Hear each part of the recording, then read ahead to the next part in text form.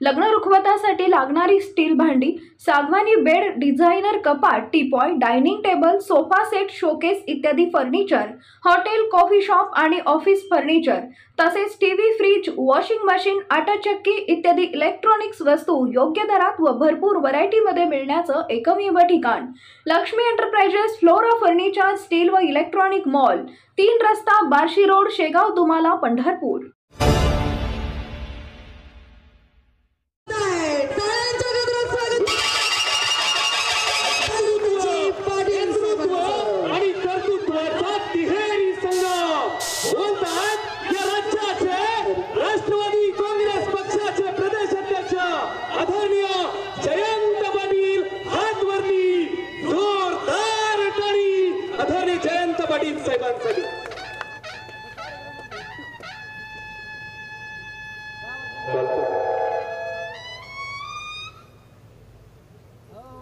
आपल्या सर्वांना आदरस्थानी असणारे महाराष्ट्राचे नेते, सोलापूर जिल्ह्याचे सुपुत्र, आदरणीय माजी मुख्यमंत्री, माजी उपमुख्यमंत्री विजयसिंह दादा मोहिते पाटील, ज्यांना आपण 50,000पेक्षा जास्त मताधिक्य या माढा विधानसभेत दिलं आणि लोकसभेवर पाठवलं, ते आपले सर्वांचे लाडके खासदार धैर्यशील मोहिते पाटील, आमचे सहकारी इंदापूरचे आप्पासाहेब जगदाळे, युवा नेते शिवतेज सिंह पाटील,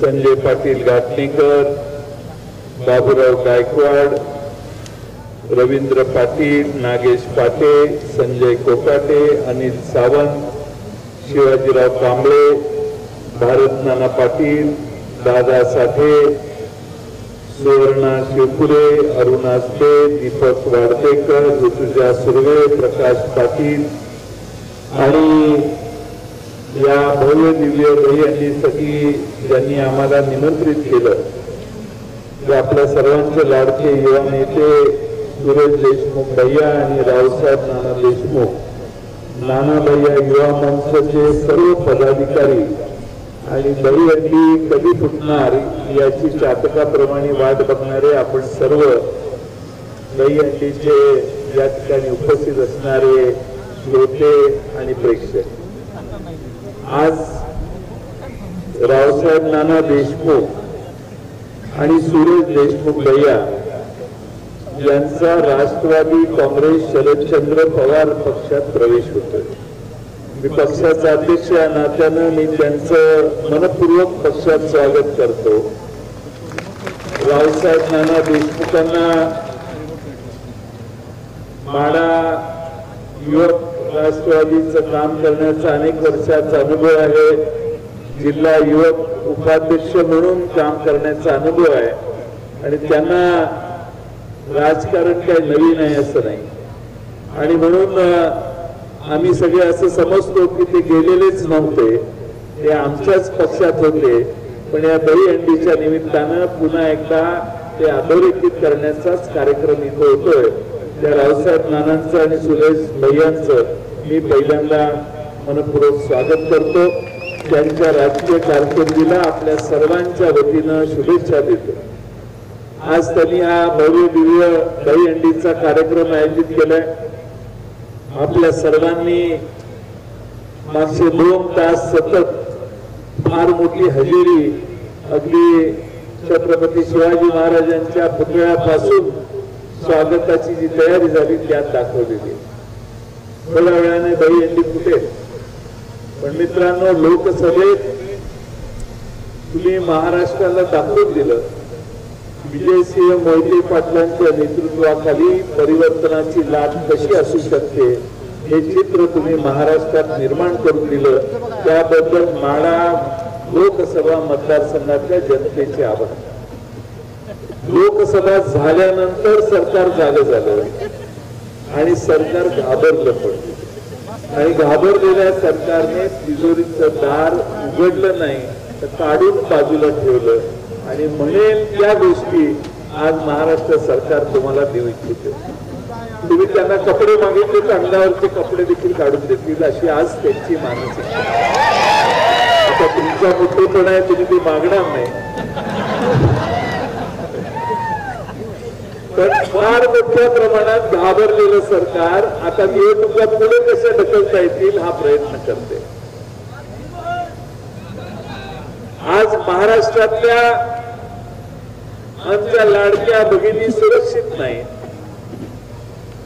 साई त्या ठिकाणी आठवडा 2 आठवड्यातनं अत्यंत घृणास्पद असे बलात्काराचे प्रकरण पुढे येतात. शाळेत जाणाऱ्या आमच्या लहान बालिका देखील सुरक्षित नाहीत. या सरकारला महाराष्ट्रातली कायदा आणि सुव्यवस्था टिकवता आलेली नाही. सरकारचं सगळ्यात मोठं अपयश म्हणजे महाराष्ट्रातली कायदा व सुव्यवस्था संपलेली आहे.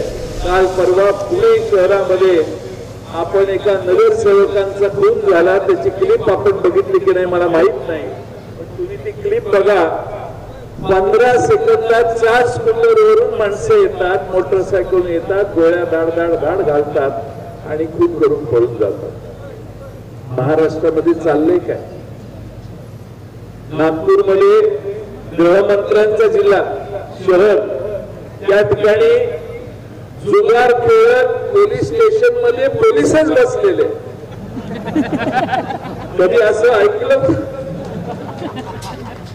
म्हणजे या महाराष्ट्राची पूर्ण वाट लावायचं या सरकारने ठरवलेलं आहे. आज या महाराष्ट्रामध्ये मराठवाड्यात प्रचंड पाऊस झालाय. सरकार इव्हेंट करण्यात गुंतलेलं आहे. शेतकरी पूर्णपणाने बेचिराख होण्याची परिस्थिती शेतकऱ्यांची मराठवाड्यातल्या प्रचंड पावसामुळे झाली आहे. सरकारचं तिकडे लक्ष नाही. आज सगळ्यात दुर्दैव म्हणजे ह्या सरकारच्या भ्रष्टाचाराचा एक नमुना आपल्याला बघायला मिळाला. मालवणला छत्रपती शिवाजी महाराजांचा पुतळा एका आपटे नावाच्या पोराला करायला दिला. त्या आपटेनं 2-1.5 फुटाच्या वर पुतळा कधी केला नव्हता आयुष्यात. त्याला 28 फुटाचा महाराजांचा पुतळा करायचं काम देण्यात आलं. तो पुतळा 8 महिन्यात कोसळला. ज्या बाजूनं वारा येत होता त्याच बाजूला पुतळा कोसळला आणि म्हणे वाऱ्यानं पुतळा कोसळला. आणि म्हणून या महाराष्ट्रामध्ये मराठी माणसं काही पण मान्य करतील. तुमचे जे सगळे महाराष्ट्रावर फिरून चोचले चालू आहेत तेही मान्य करतील. छत्रपती शिवाजी महाराजांच्या बद्दल झालेला पुतळ्यातला भ्रष्टाचार आणि त्या पुतळा उभारण्याकडे झालेली अक्षम्य हेळसांड ही महाराष्ट्रातली मराठी जनता कधीही मान्य करणार नाही. त्याचं प्रायश्चित्त युती सरकारला द्यावंच लागेल, भरावंच लागेल. मला कधी कधी शंका येते या सरकारने छत्रपती शिवाजी महाराजांचा इतिहास पुसायचा निकाल घेतलेला आहे. काल परवा महाराष्ट्रामध्ये राज्याचे उपमुख्यमंत्री गृहमंत्री म्हटले छत्रपती शिवाजी महाराजांनी सुरत लुटली नव्हती. सुरतला काय महाराज फिरायला पर्यटनासाठी गेले होते? मराठी राज्याला खजिना मध्ये पैसे आणण्यासाठी, मराठी राज्य संपन्न करण्यासाठी जशी आज मुंबई आहे तशी सुरतेची परिस्थिती आर्थिक दृष्ट्या होती. छत्रपती शिवाजी महाराजांनी एकदा नाही 2दा छत्रपती शिवाजी महाराजांनी सुरत लुटली. पण राज्याचे उपमुख्यमंत्री सांगतात सुरत लुटली नाही. आता तुम्ही विचार अजून हा केला नसेल तो विचार मी तुमच्या मनात देतोय. गुजरात राज्याच्या विरोधी काही बोलायचं नाही असं महाराष्ट्राच्या या 3 त्रिकुटाने ठरवलेलं आहे. मोदी आणि शहांना नाराज करायचं नाही म्हणून आता हे म्हणतायत 350-400 वर्षापूर्वी छत्रपती शिवाजी महाराजांनी जे सुरतवर आक्रमण केलं ती सुरत लुटली, ती सुरत लुटलेली नव्हती. हे आज इतिहास बदलण्याचं पाप मोदी आणि शहांना खुश करण्यासाठी महाराष्ट्राचे त्रिकूट आणि महाराष्ट्राचे गृहमंत्री करतात. काल परवा एक क्लिप बघितली, तुम्ही बघितली की नाही मला माहित नाही. त्यात देवेंद्र फडणवीस सांगतात की अफजल खान हा औरंगजेबाचा सरदार होता. अफजल खान आदिलशाहीचा सरदार होता.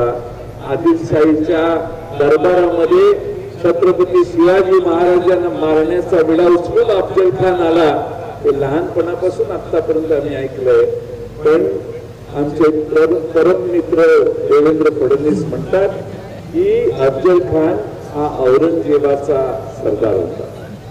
आणि म्हणून महाराजांचा इतिहास बदलण्याचा भाग कुणाच्या तरी मनात आहे.